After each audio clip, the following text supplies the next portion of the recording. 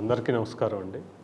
Shri media ప్రేక్షకులకి, వ్యూవర్స్కి, సబ్స్క్రైబర్స్కి ఈ 2025 నూతన సంవత్సర శుభాకాంక్షలు. నేను శ్రీనివాస్ సాయి, న్యూమరాలజీ, ఆస్ట్రాలజీ, వాస్తు కన్సల్టెంట్, ఆర్టిస్ట్ కాంప్లెక్స్, వైజాగ్.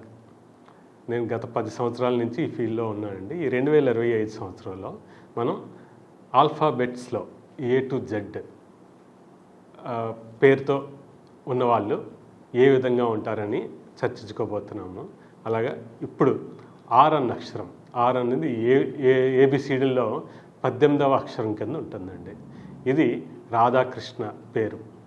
అంటే రాధా, రితేష్, రిత్విక్, ఇలాగ చాలా పేర్లు ఉన్నాయి. మనకి బాగా తెలిసినవి రామోజీరావు గారు, ఇలాగ చాలా ఉన్నారు. రెహమాన్, రోనాల్డ్ రీగన్, రోషన్, రోషిని, ఇలాగ చాలామంది ఉన్నారు. అయితే వీళ్ళకి చొచ్చుకుపోయే తత్వం అయితే ఎక్కువ ఉంటుందండి.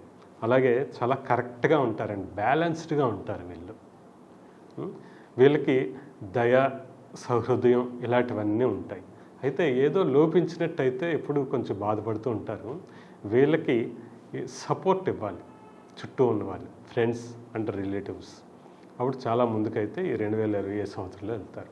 అలాగే వీళ్ళు ఏదైనా సంస్థని ప్రారంభిస్తే చాలా ముందుకు తీసుకెళ్తారు. మనం ఎగ్జాంపుల్ రామోజీరావు గారిని చూసాం. అలాగే లీడర్షిప్ క్వాలిటీస్ ఇలాంటివన్నీ ఉంటాయి. వీళ్ళకి ఈ సంవత్సరం 2025 సంవత్సరం వీళ్ళదని మరి చెప్పచ్చు. ఎందుకంటే ఈ సంవత్సరం చాలా చాలా ప్రత్యేకమైన సంవత్సరం కింద వీళ్ళకి ఉండబోతుంది.